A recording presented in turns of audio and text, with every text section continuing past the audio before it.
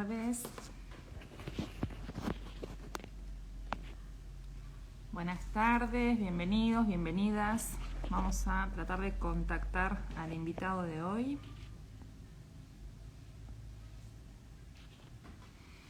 Que es el licenciado Patricio Solari, psicólogo. Vamos a estar hablando de parentalidad, apego, base segura, en un momentito nada más.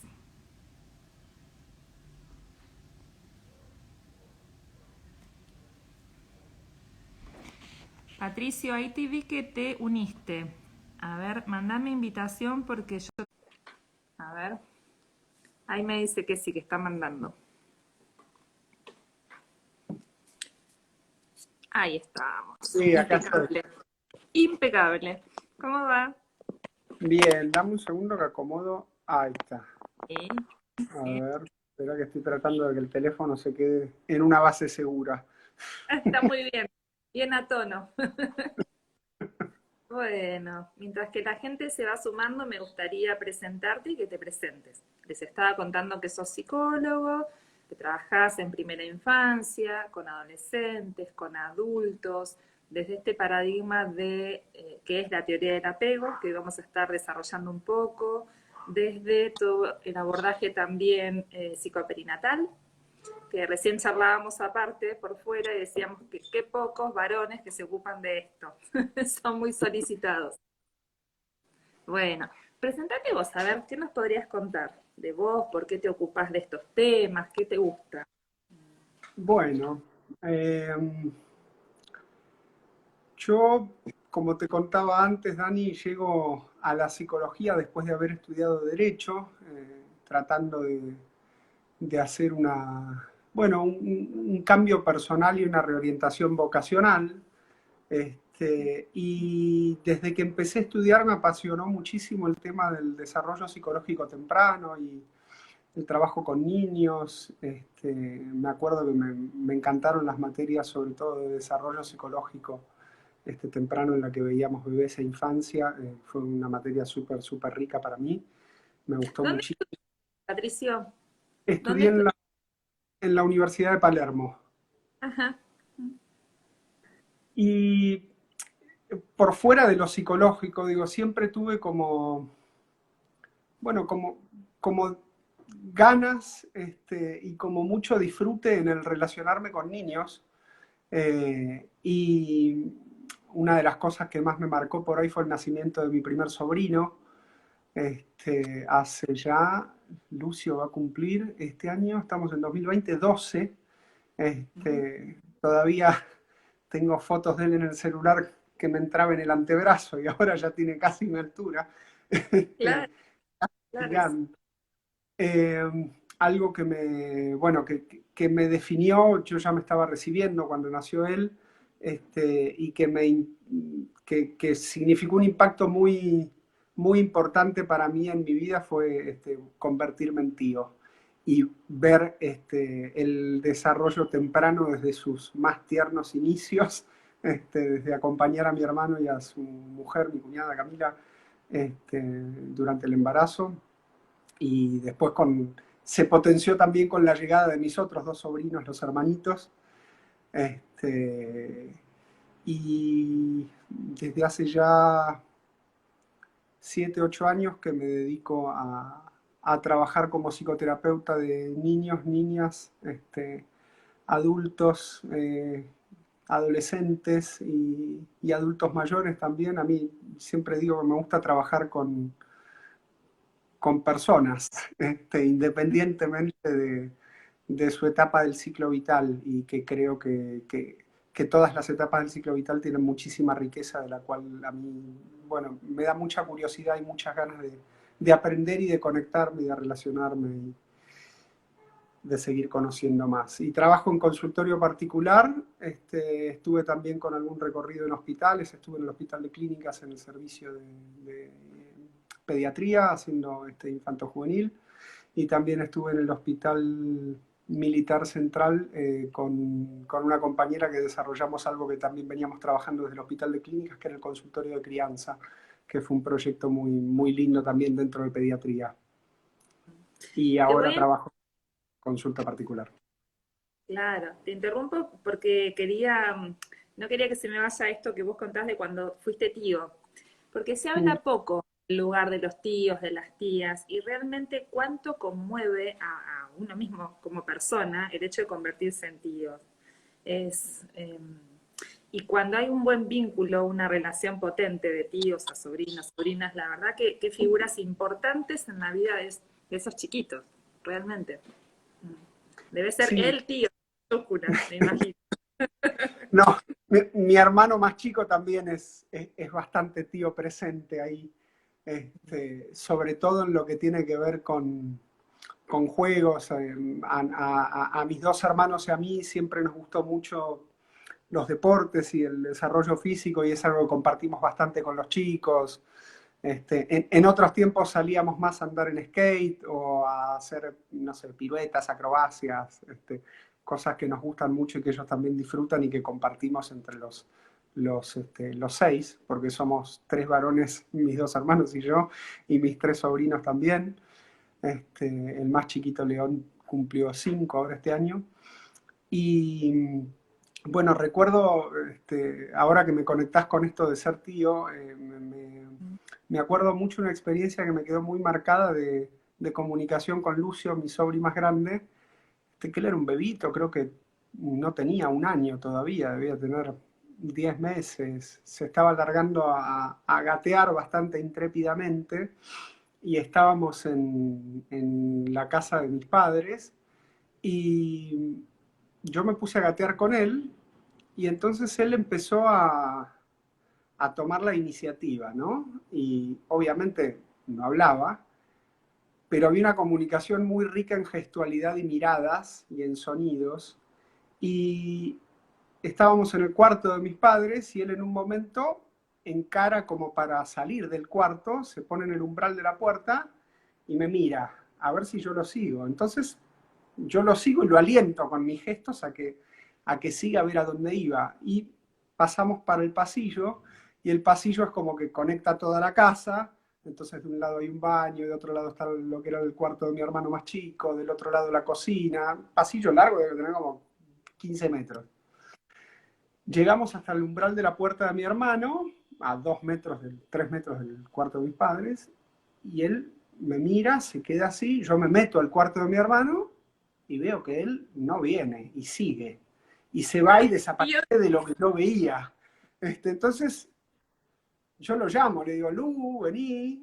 Nada, nada, nada. Entonces me asomo de vuelta al pasillo y lo veo que me estaba mirando con cara de un poco molesto, como que no lo sé. diciéndome, no, seguime vos a mí.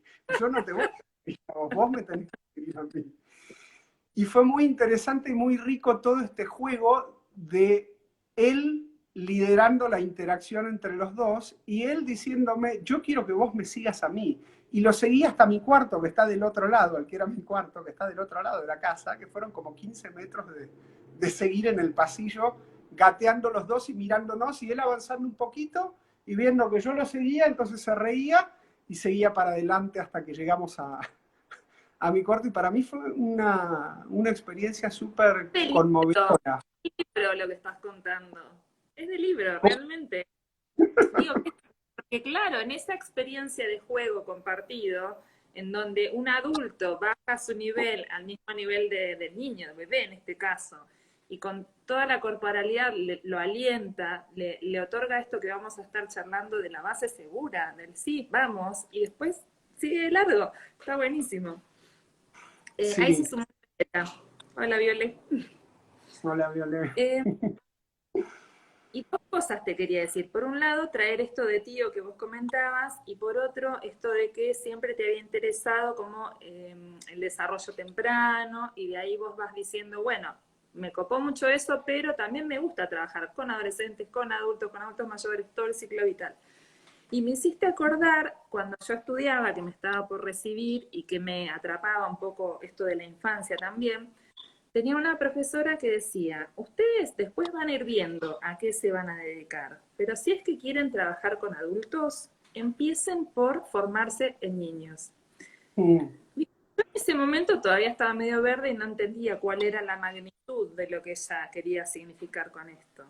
Y claro, realmente, si empezamos por el comienzo y vamos como haciendo este caminito del paso a paso y captando esto que estás contando, eso que es así, viste, tenés que poder captar que ahí está pasando algo importante y que estas primeras experiencias formatean el psiquismo adulto. Entonces, así trabajes solo con adultos, ese adulto una vez fue pequeñito y pasó por estas experiencias que lo fueron formando para un lado o para el otro. Entonces, qué importante. Totalmente, y pensaba en esto, qué bueno que lo traes, porque a mí por ahí esto no me lo comentó, no me lo dijo un profesor en la facu, pero fue algo que de alguna manera siempre tuve presente, esto de que uno podía comprender mejor el adulto si podía entender al niño. Y si uno podía tener una formación y una mirada sobre lo que es el desarrollo psicológico temprano, entonces en el consultorio se puede, bueno, se puede atender con otra mirada más amplia al adulto que llega con algún problema que puede traer un montón de, bueno, de años de desarrollo y de génesis, que si uno por ahí tiene más claro cuestiones del desarrollo temprano, con una visión actualizada y bien informada, bueno, puede ayudar mejor a alguien. Puede comprender mejor a la persona en la edad que tenga, en la situación que tenga, así sea que trabajes con parejas, por ejemplo. Qué importante comprender esto de los vínculos tempranos, porque después se reeditan y se repiten y en las relaciones de pareja también, o sea que sirve para todo. Quería saludar a Mirta Videla que se sumó hace un ratito. Hola Mirta. Bueno, entonces, ya si nos vamos adentrando un poquito en el tema de hoy, que lo llamamos parentalidad, apego y base segura. ¿Qué es esto de la parentalidad? ¿Por qué hablamos hoy de parentalidad? Bueno, a ver,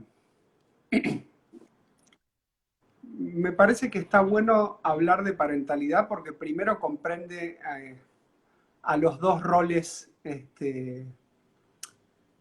estereotípicos de género, por un lado en la formación de una familia, como pueden ser el varón y la mujer, la mamá y el papá, pero por otro lado me parece que también puede comprender a otras figuras que pueden cumplir un rol parental que no solo tienen que ver con un rol de papá o de mamá estereotípicamente como masculino o como femenino. Y porque la parentalidad, como venimos descubriendo últimamente en muchas cosas de las ciencias sociales, es una construcción. Y es una construcción también que tiene que ver mucho con lo que circula en cuanto a ideas, en cuanto a valores, en cuanto a miradas que hay en cada época. Si nos vamos, si no me acuerdo mal, hay un autor que veíamos en Clínica de Niños, que es Lloyd de Maus, que habla sobre la historia de la infancia y que sitúa la infancia como una categoría cultural muy reciente en cuanto a la mirada que podemos tener desde hoy. Y si pensamos en lo que pueden ser la protección de derechos y el lugar de sujetos de derechos de niños, niñas y adolescentes, no nos tenemos que ir demasiado tiempo atrás, fines de la década de los 80, principios de la década del 90, con la Convención de los Derechos de Niños, Niñas y Adolescentes, encontramos el hito de protección jurídica y de consagración de los niños, niñas y adolescentes como sujetos de derecho y no solo como objetos de los adultos y con una participación y un lugar mucho más subjetivante, no solo desde lo jurídico, sino también, obviamente, buscando que eso permee socialmente en términos también psicológicos. Y pensaba en esta idea de proceso y de construcción porque nadie nace sabiendo cómo ser papá, cómo ser mamá o cómo ser una figura cuidadora de un niño, una niña o un niñe.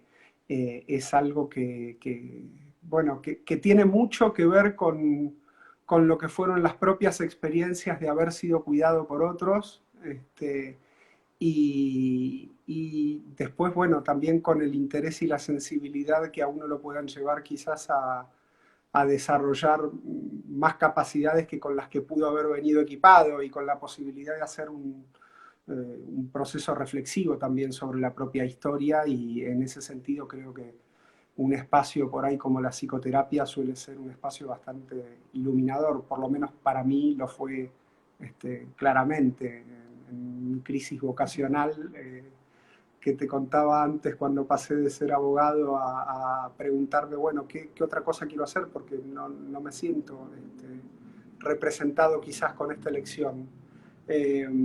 Bueno, también eso implicó repasar muchas cosas de mi propia historia y de mi haber sido niño y de mi haber sido adolescente y de también pensar esto que te decía en relación al interés con, con el mundo infantil, que siempre me despertó muchísima curiosidad, lo lúdico, lo infantil, y que me encanta poder trabajar desde un lugar en el consultorio en donde puedo también, bueno, ayudar a los papás, a las mamás, a los cuidadores de niños, a, a poder aprender a cultivar ese tesoro que es el desarrollo psicológico temprano y de alguna manera también cómo esas experiencias pueden tener un gran impacto en nosotros mismos, adultos cuidadores, y en la responsabilidad que tenemos y en el lugar tan importante que me parece que tiene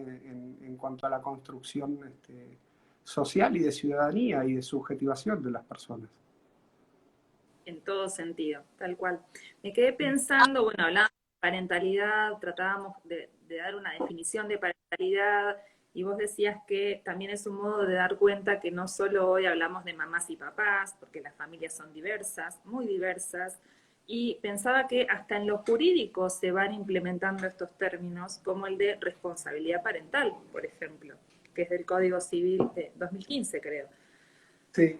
Sí, en donde también me parece súper interesante que, por ejemplo, cuando una familia se separa, cuando mamá, papá se separan o la pareja, se tienda a pensar en una crianza compartida. Una crianza compartida y que no sea ya como que es sabido que los niños van a quedar con la mamá. ¿Por qué? ¿Por qué? Yo veo actualmente en esto de los cambios sociales que vamos atravesando, muchos papás muy implicados, con muchas ganas de ejercer su paternidad, y haciéndolo bastante bien también. Así que bueno, hablando de parentalidad, queríamos un poco transmitir esta idea de que no queda ligado a lo que antes estudiábamos. ¿Te acordás que lo veíamos como la función materna y la función paterna? Bueno, sí, son funciones que pueden ser ejercidas por distintas personas, que pueden inclusive complementarse. Porque me acuerdo cuando estudiábamos era esto de la mamá la que brinda el amor y la contención, y el papá el que pone los límites. Bueno, en verdad creo que cualquiera puede poner límites y brindar el amor y la contención. Así que, como vos decías, son funciones que se construyen. Sí, y no es necesario que haya una división tajante en términos tan estereotípicamente diferenciados en roles de género. No, y de hecho, y algo que venimos por ahí trabajando bastante y pensando bastante con mi compañera y con la gente del grupo de apego, con mi compañera Violeta, que es psiquiatra perinatal, y con el grupo de colegas con los que trabajamos en el capítulo de APSA en apego, es también en poder volver a poner en valor también el lugar de la ternura y qué importancia que tiene en la crianza y qué importancia tiene también en esta posibilidad de poder cambiar cierta estereotipia de género en lo que es sobre todo el rol del varón. Digo, esto de poder pensar que el varón también puede ser una figura tierna y que también puede estar atravesado por la ternura y por la vulnerabilidad y por poder ponerse en contacto con un desarrollo de su afectividad que durante mucho tiempo en la historia de la humanidad le fue bastante privado al hombre. Esto de Sí, poder y van poner... mente. han sido amputados emocionalmente, en esto de tener que ser los fuertes, los que no lloran, los que se la bancan, como que sentir estuviera mal. Es re interesante lo que decís, porque realmente los varones sienten ternura y bueno, sí, es como un gran tema. Y ahí está Mirta Videla, que ella es una de las promotoras del concepto de ternura, de corazonar o sentipensar. Ella habla mucho de esto de conectar razón con sentimiento. Viste que también en la psicología hemos sido bastante formateados para todo lo que está acá, ¿no? Como poco conectados con lo corporal y me encantó esto, el ejemplo que contabas con tu sobrinito bebé, vos gateando en el suelo, se ve que en vos está muy impregnado esto del jugar y de lo corporal, que a veces los adultos lo perdemos bastante. Sí, totalmente. Y está buenísimo esto que traes porque me haces pensar justo en una experiencia que también estamos compartiendo con Violeta ahora, que es un curso súper interesante de, no sé si escuchaste hablar alguna vez del método Feldenkrais. Mm, mm, no. Bueno, es un método de abordaje corporal que tiene que ver con modificar la integración funcional del propio cuerpo y como un método de autoconocimiento a través del movimiento, que produce un trabajo súper rico e intenso en la propia corporalidad y que uno descubre que tiene mucho más cuerpo del que a veces siente. Y hay justo una autora israelí que fue discípula de Moshe Feldenkrais, que es quien creó el método Feldenkrais a mediados del siglo pasado, que se Perdona, llama ahí preguntan cómo se llama el método. Decilo despacito porque es medio raro. ¿Cómo es? Feldenkrais, escribe con K y con S al final, y la creadora de este método en particular, que es la aplicación del Feldenkrais al desarrollo motriz temprano, se llama Hava Shelhav y el método se llama Child Space, que es como el espacio del niño en inglés, pero también tiene otro juego de palabras interesantes que tiene que ver con Child's Pace, el paso del niño, el tiempo del niño. Y tiene una propuesta, la verdad, que es súper interesante y sobre todo pienso esto quizás como un déficit de nuestra formación como psicólogos, en donde el Totalmente. cuerpo está muy por fuera y el movimiento queda muy por fuera de lo que es el desarrollo, y salvo la mención en psicología del desarrollo a los hitos motrices del desarrollo durante el primer año, no hay mucho más desarrollo desde lo psicológico y del impacto que tiene el movimiento en el desarrollo psicológico. Y está buenísimo el abordaje que plantean desde el método de Child Space, porque es pasar por experiencias de movimiento que te conectan con lo que son las etapas del desarrollo motriz del bebé, en donde uno va explorando en el propio cuerpo cómo son las funciones motrices que adquiere el bebé a lo largo del primer año y el segundo año de vida hasta que alcanza la locomoción. Y es buenísimo cómo el poder pasar por el propio cuerpo, el primero estar en el piso y tener movimientos aleatorios, en donde al principio el bebé, como no está desarrollado y mielinizado, todo el movimiento que tiene es involuntario, y cómo empieza a ubicar su corporalidad en el espacio y sus sensaciones corporales, y cómo todo esto es un desarrollo profundamente preverbal. Esto ocurre aceleradamente y muchísimo tiempo antes del desarrollo del lenguaje y de, si se quiere, como el pensamiento más intelectual, digo entre comillas, o lo que nosotros conocemos como pensamiento más en sentido común, como algo más intelectualizado. Cómo poder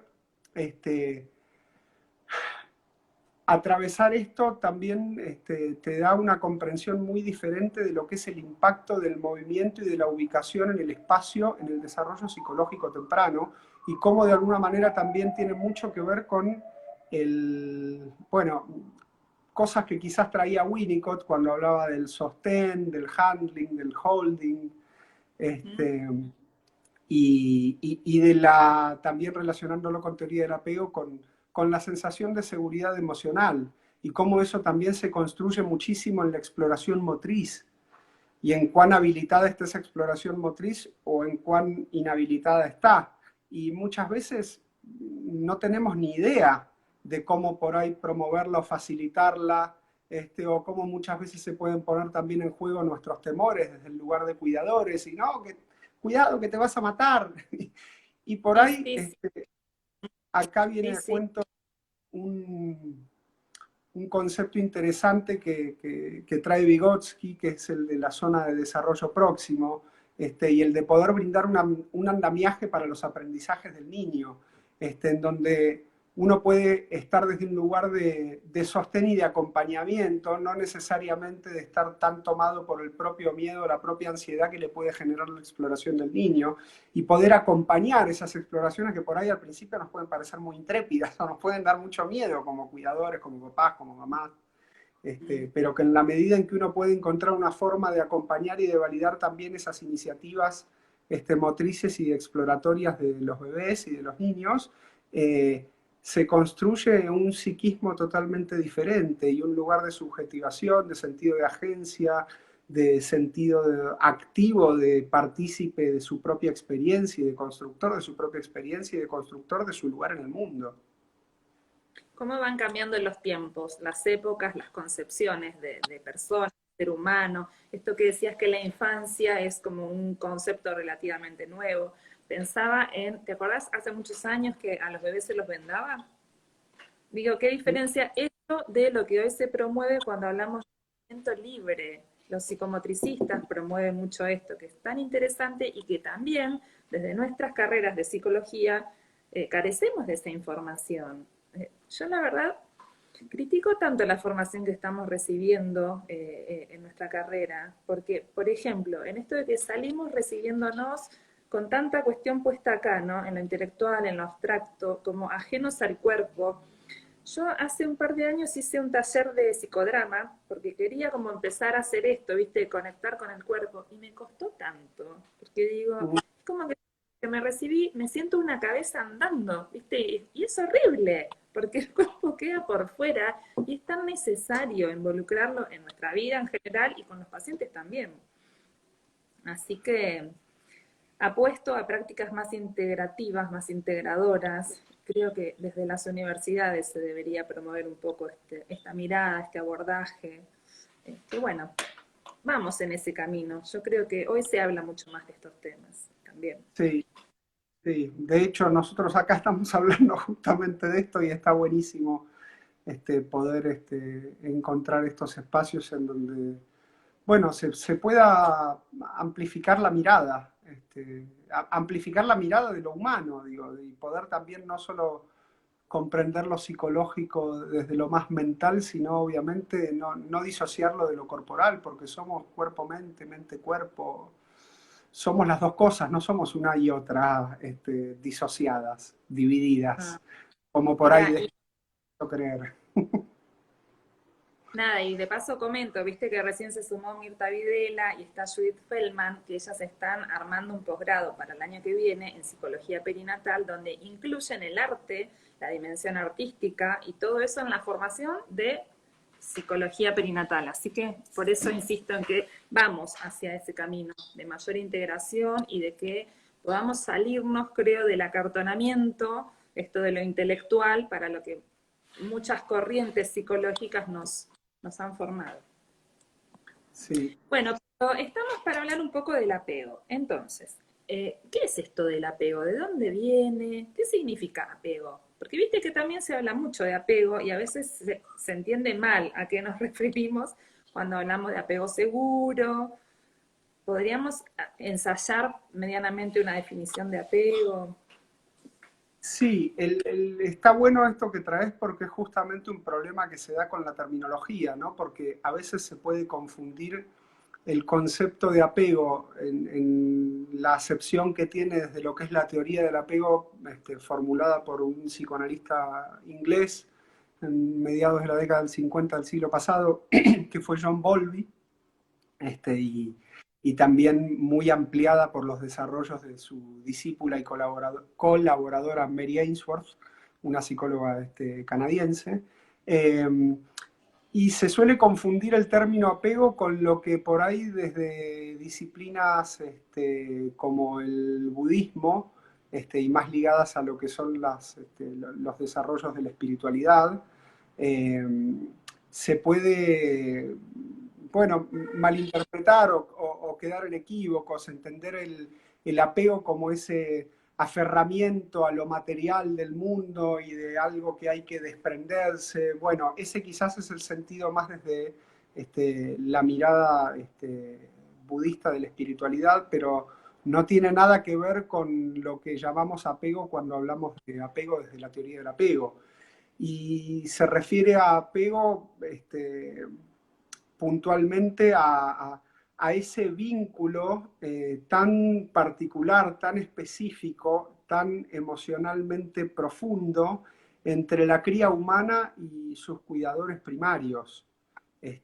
Y en particular, primero quizás con la mamá o con quien cumpla la función de ser el cuidador principal, en donde, bueno, se pone en juego sobre todo un sentido de supervivencia y de seguridad emocional, de poder alcanzar una sensación en ese vínculo tan profundo, tan específico y tan intensamente en términos emocionales y afectivos, de necesidad de muchísimo contacto y cuidado por una figura principal. Y nosotros, digo, lo interesante de Bowlby fue que para llegar a conceptualizar la teoría del apego se nutrió de muchísimas disciplinas diferentes, no solo del psicoanálisis, y él en un punto de alguna manera también terminó renegando de algunos postulados psicoanalíticos como vacas sagradas dentro del edificio teórico del psicoanálisis,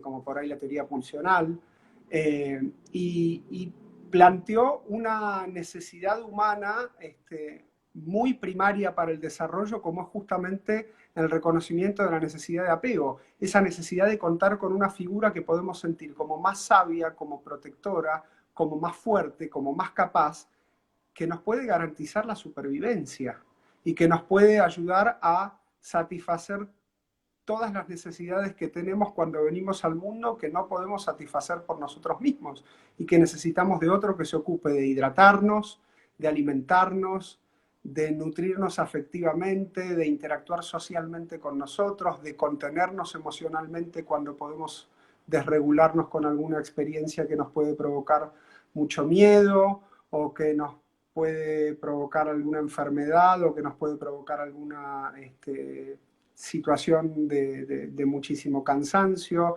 Digamos que esas son como las experiencias primeras, el cansancio, el dolor, el miedo,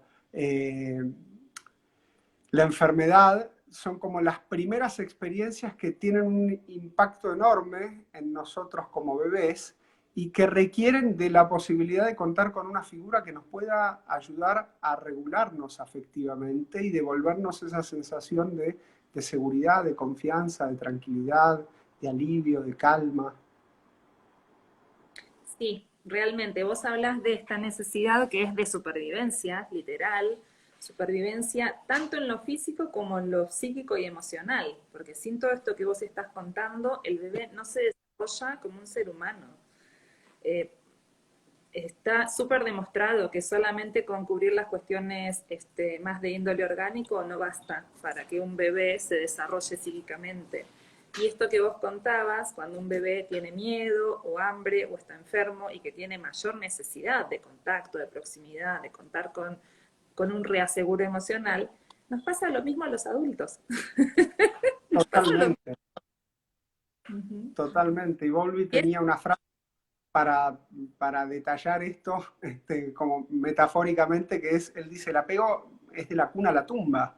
Digo, hay apego a lo largo de toda la vida y necesitamos entrar en relaciones para, bueno, para tener un nivel adecuado de salud psíquica, Uh -huh. y la posibilidad de subjetivarnos y la posibilidad de poder tener un desarrollo óptimo en la vida. Es así, a mí me encanta esta teoría por las aplicaciones que tiene a lo largo de toda la vida. Si bien podemos pensarlo en el origen de la vida, en estos primeros tiempos donde se sientan las bases y los patrones del apego, bueno, justamente en función de cómo hayan sido vividas estas experiencias primarias, nos van quedando patrones y modos de relacionamiento que van a ser para largo plazo. Entonces, es súper interesante esto, conocerlo, que la gente pueda captar cuál es la importancia de, digamos, de criar desde este paradigma que está bastante ligado con el de la crianza respetuosa. Digamos, lo que estamos construyendo hoy con nuestros hijos, hijas, con quienes criamos, es justamente esta personalidad que van a llevar a largo plazo y es esta forma que van a tener de relacionarse con otros en la vida. Podríamos hablar cuáles son los patrones de apego, en qué consisten, ¿te parece? Sí, bueno, como bien vos decís, Daniela, la teoría del apego es una teoría sobre el desarrollo y las vicisitudes que tienen los vínculos significativos a lo largo de toda la vida. Y no solo es algo que nos describe el desarrollo infantil, sino que también el apego tiene una impronta bastante grande en lo que es el desarrollo del adulto y en la posibilidad de tener relaciones afectivas en las que uno pueda sentirse seguro emocionalmente o reasegurado emocionalmente o no, y cómo también impactan las posibilidades de desarrollo eso y de desarrollo vital. Y bueno, Mary Ainsworth es la que trae de alguna manera el paso científico al aporte teórico que hacía Bowlby, el paso empírico, quiero decir, al aporte que hacía Bowlby al describir las diferencias que podía haber entre niños que habían sido adecuadamente nutridos emocionalmente en su infancia de los que no, y cómo eso también impactaba a lo largo del desarrollo y cómo de alguna manera influye en un concepto muy interesante que trae Bowlby para pensar el desarrollo, que son las vías del desarrollo, las trayectorias del desarrollo. Y en ese sentido, Mary Ainsworth, con el experimento sobre la situación extraña o la situación del extraño, bueno, mostró de alguna manera los diferentes estilos que puede adoptar el vínculo de apego, sobre todo en la infancia, porque el desarrollo que hizo ella con este experimento de laboratorio es justamente para describir el apego entre niños entre los 12 y los 36 meses. Y encontró que, bueno,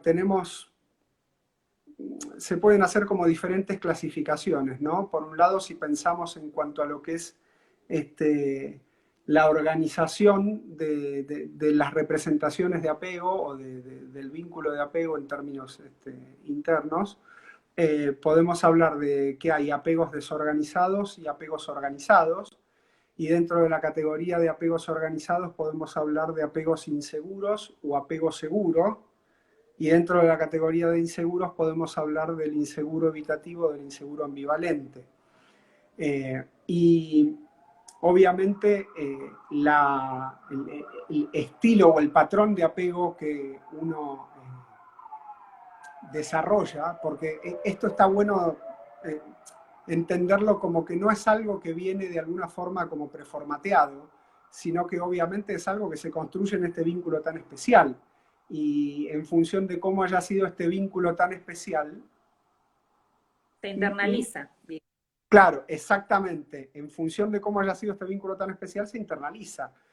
Entonces, si yo tuve una mamá o un papá u otro cuidador primario que podía tener un nivel de sensibilidad parental que le permitía responder adecuadamente a mis necesidades de contacto y de proximidad cuando yo estaba asustado, cansado, con hambre, enfermo, y repetidamente me proveían de experiencias de reaseguramiento y de cuidado y de respuesta empática y sensible frente a la manifestación de mis necesidades, y me podían mentalizar, es decir, representarse mentalmente ellos cuál podía ser mi necesidad para ver qué respuesta me tenían que dar, porque no es lo mismo yo siendo bebé estar manifestándome con un llanto que lo que quiero por ahí puede ser que me abriguen, que de repente en vez de que me abriguen, que interpreten ese llanto como que lo que yo tengo es hambre y que me ofrezcan la teta, cuando por ahí yo no tengo hambre, tengo frío.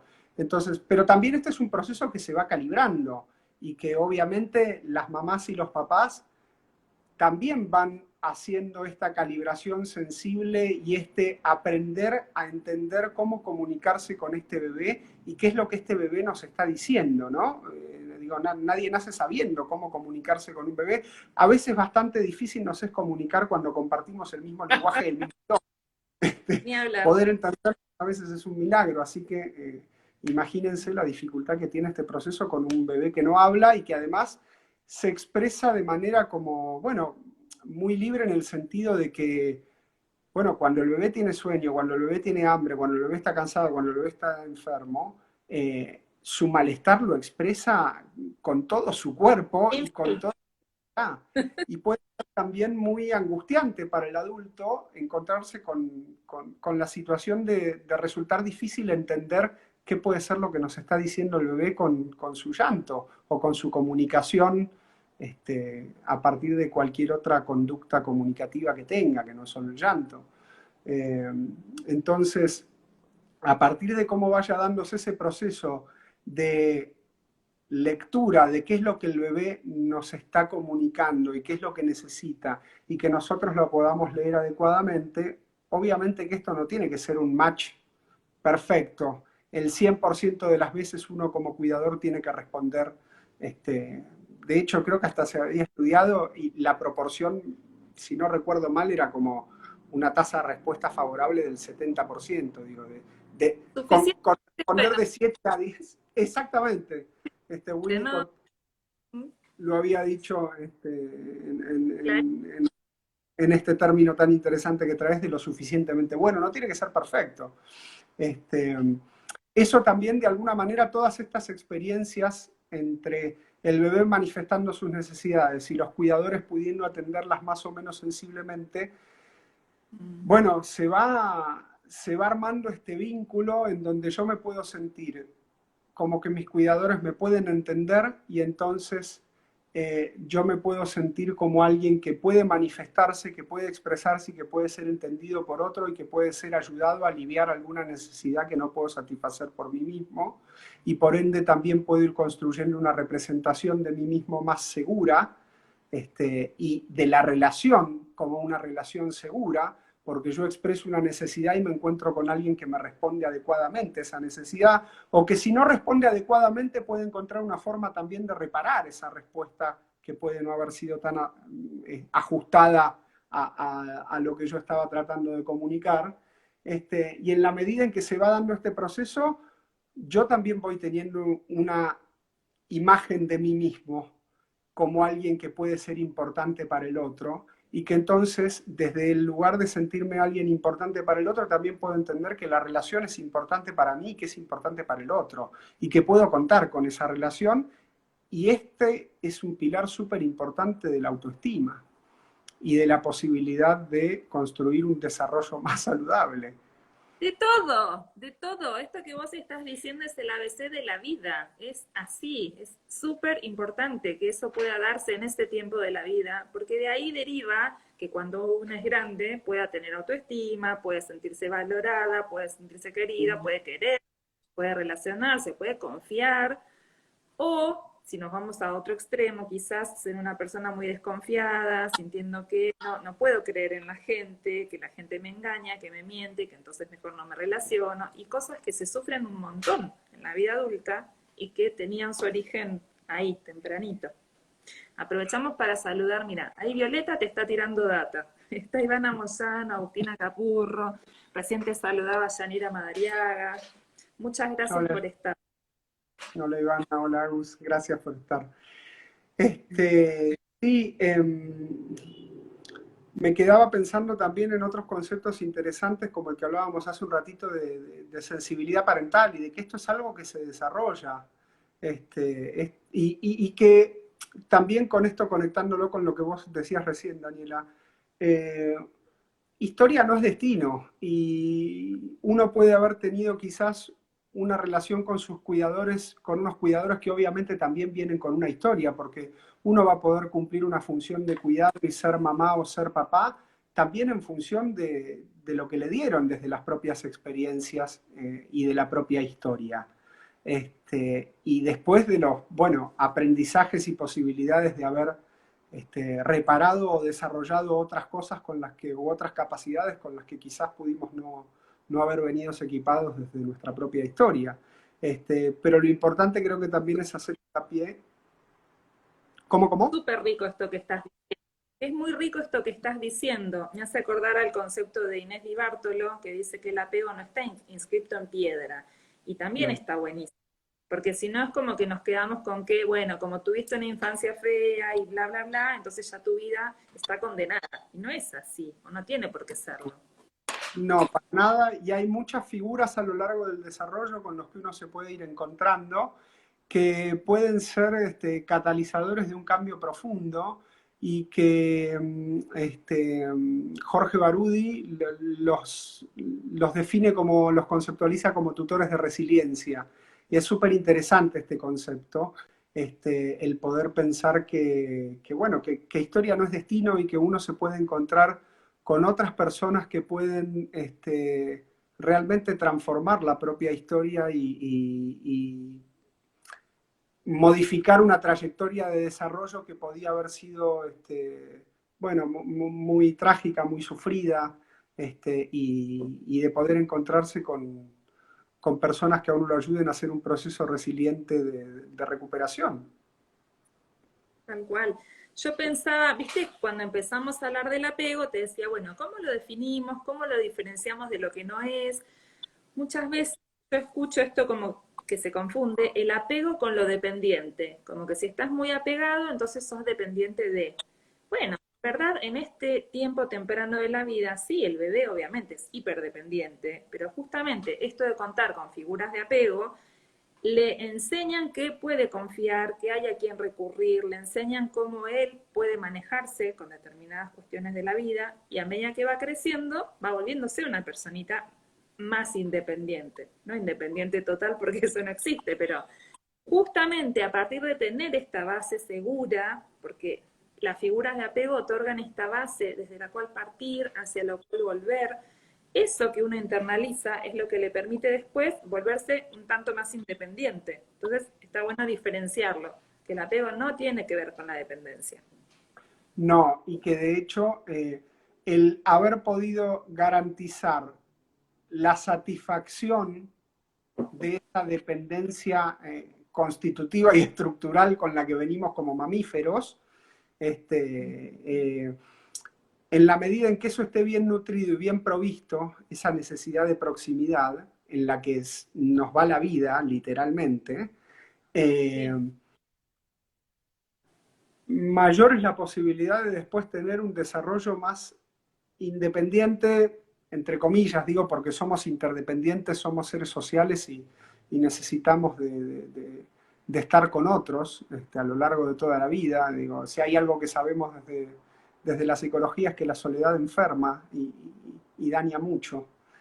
Entonces, necesitamos a lo largo de toda la vida sentirnos queridos, querer a otros, tener relaciones significativas que nos acompañen, que que nos puedan ayudar a regular también el impacto de las experiencias de la vida, y que no hay herramienta más potente de regulación emocional que la posibilidad de encontrarse con otros que nos puedan contener, que nos puedan aliviar, que nos puedan ayudar a sentirnos mejor, que puedan entender cómo nos sentimos, que nos puedan sobre todo ayudar a organizar nuestra experiencia emocional, que a veces puede sentirse como muy desorganizada o desorganizante.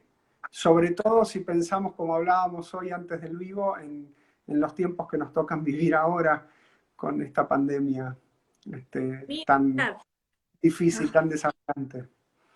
porque justamente de lo que nos vemos privados con esta pandemia es de los vínculos, de lo social, que es en parte lo que nos sostiene en el día a día. Acá, mira, están preguntando, mi bebé de 1 año solo tiene vínculo conmigo y con el papá. ¿Puede afectarse el no vincularse con otros parientes, amigos? Eh, qué buena pregunta. Al inicio de la vida, sobre todo durante el primer año, no sé si un bebé necesita demasiada experiencia de socialización.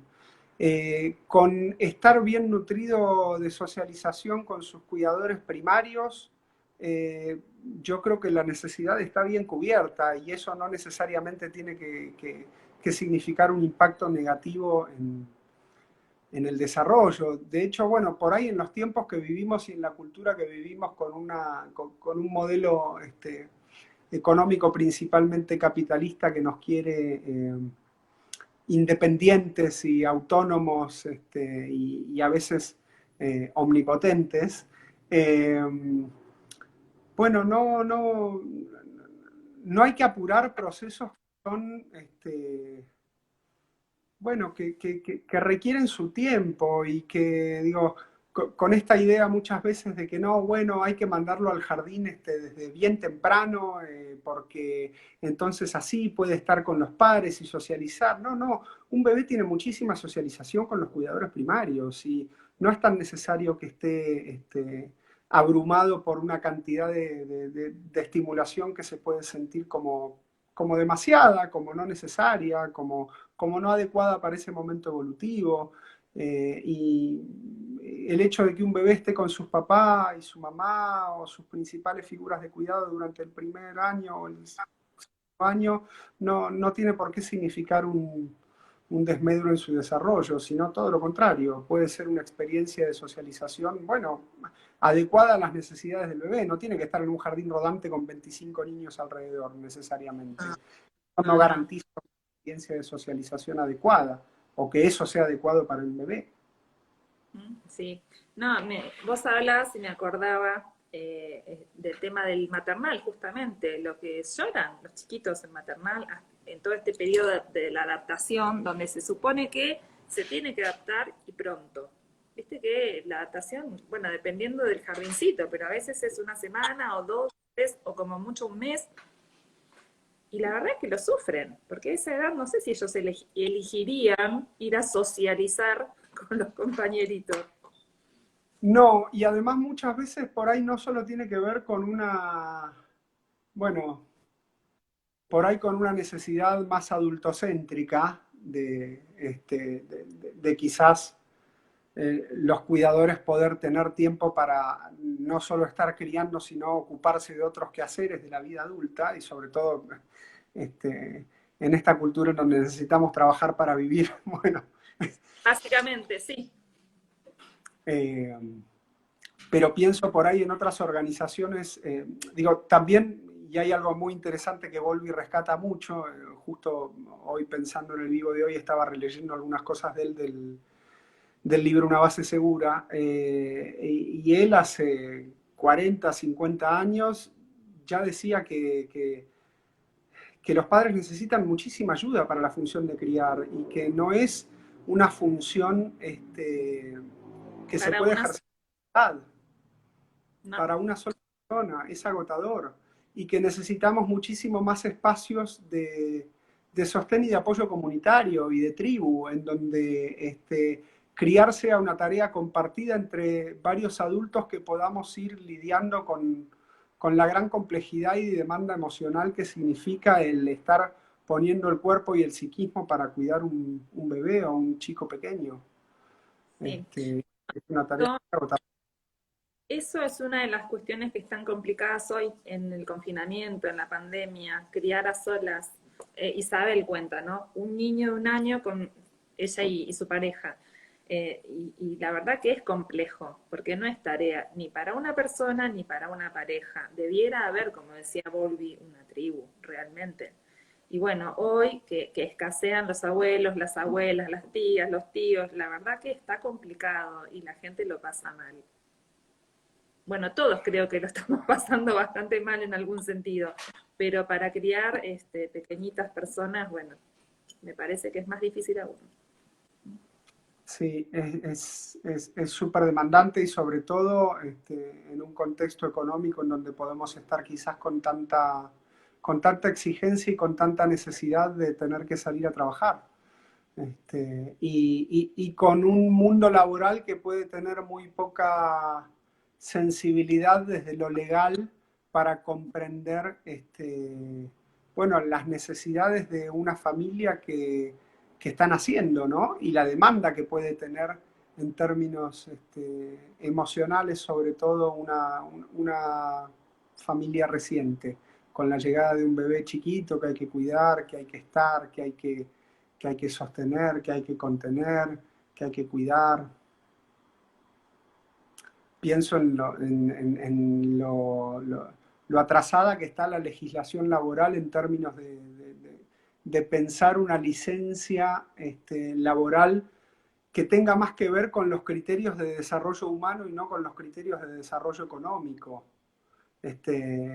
Y entender que las necesidades que quizás hay que tratar de cubrir y de atender, bueno, no solo tienen que ver con cuidar un interés económico, con pensar que necesito que mi empleado o el trabajador esté disponible para volver al trabajo inmediatamente después de una experiencia tan, bueno, tan importante como puede ser el convertirse en papá, mamá, en armar una familia, y tan desafiante, y sobre todo en estos tiempos.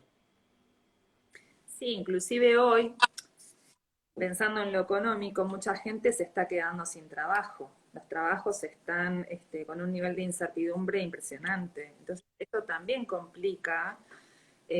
Recién quien preguntaba, Isabel, que hablaba del chiquito de 1 año, si le puede afectar la falta de socialización. Yo entiendo, como vos decís, que no al niño, pero sí que quizás sus papás o sus cuidadores no estén bien. Y la verdad es que muchos adultos no estamos bien, porque estamos hiperexigidos, con un nivel de incertidumbre, no sé si alguna vez visto. Es como todo raro. Sí. Sí, muy difícil, muy desafiante, que requiere poner en juego un montón de recursos que a veces, bueno, uno por ahí no tiene o está agotado y no sabe de dónde sacar. Digo, Sí, yo, sí. el otro día compartíamos con un grupo de colegas y amigos que nos juntamos a conversar después de un tiempo y compartíamos cada uno la experiencia y la verdad que fue interesante volver porque ya llevamos 6 meses en este contexto, ¿no? Y por ahí al principio uno estaba como muy sensibilizado y reflexionando todo el tiempo sobre esta situación. Después, por lo menos hablo de mi experiencia, medio como que esto se volvió como una normalidad, entre comillas, a la que hay que adaptarse o a la que uno se terminó adaptando, pero que no deja de ser tremendamente desafiante y desestructurante y que requiere muchísimo esfuerzo. Sobre Y que, sí, Sobreadaptando. El otro día le escuchaba hablar a López Rossetti sobre el estrés, viste que el estrés tiene sus distintas fases, hablaba de lo tóxico que es este estrés que estamos viviendo a nivel social, que ya es crónico. Los 6 meses es un estrés crónico. Y la verdad que trae sintomatología de todo tipo. Insomnio, malestares físicos, irritabilidad, bueno, de todo tipo. Y los psicólogos y las psicólogas tenemos mucho trabajo. La verdad que sí, mucho trabajo, no solo con nuestros pacientes, sino con nuestras vidas. Estamos todos viendo cómo surfear la ola, yo diría. totalmente, sí. Bueno, muchacho, se nos corta. Se voló el ¡Ah! vivo. Qué rápido que se pasó. Estaba para seguir hablando mucho rato más. Bueno, te invito otro día y seguimos charlando. Re Dale, lindo, re lindo. buenísimo. Acá la guía súper claro, tu explicación sobre el apego, la verdad que sí, súper clara, súper. Así que bueno, yo te agradezco un montón por haberte sumado, me gustó mucho. Lo voy a guardar y te lo comparto, así lo podemos hacer circular. Dale, buenísimo. Muchísimas gracias por la invitación. Estuvo bárbara la charla, me encantó. Y cuando quieras volvemos a hablar porque me entusiasma mucho conversar sobre estos temas. Dale, otro día te invito otra vez. Gracias a la gente por haberse sumado. Chao, Nos muchas hablamos. gracias.